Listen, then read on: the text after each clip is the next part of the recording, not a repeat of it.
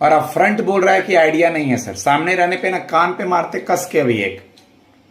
इतने सारे मॉक में हम बैंकर हैं, हमको बैलेंस शीट नहीं पता है गाइज। ये सिर्फ सी नहीं है। आप कॉमर्स के स्टूडेंट हैं नहीं है, आपको बैलेंस शीट पता होना चाहिए।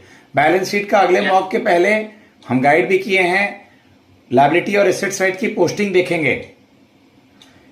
Okay sir.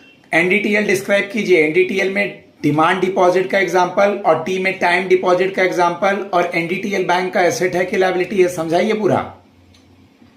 एनडीटीएल बैंक का लायबिलिटी है, जो CASA plus term deposit and demand deposit, जो सेविंग करंट अकाउंट में होता है वो डिमांड डिपॉजिट होता है, और टर्म डिपॉजिट होता है वो एफडी वगैरह टर्म डिपॉजिट वो हो गया। गुड। डिमांड डिपॉजिट में कासा और उसमें राफा। क्या राफा। आरडी एफडी का डिफरेंस बताइए पहले, फिर कासा का डिफरेंस बताइए।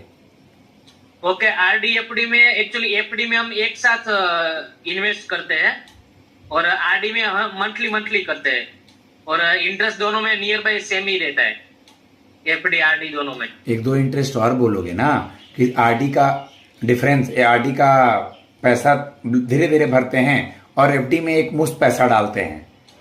हाँ, गौर करना, आरडी पे लोन नहीं मिलता है जनरली, कुछ अमाउंट डिपॉजिट अमाउंट में मिलता है, बट एफडी पे तो आराम से मिलेगा।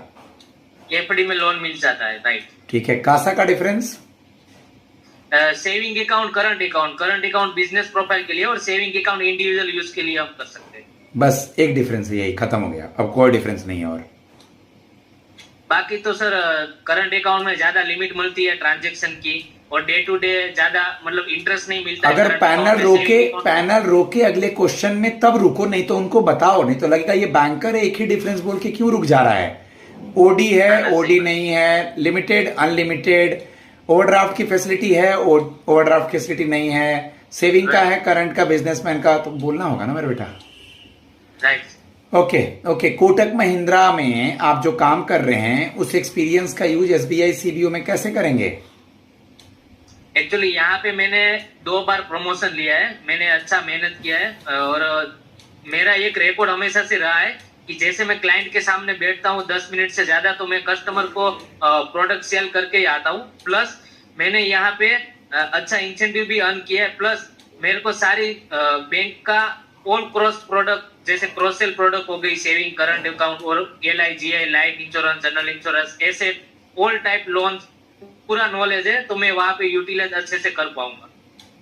Good, very good. आप मुझे ये बता दीजिए कि आपने सुना भी होगा कि एसबीआई जो है योनो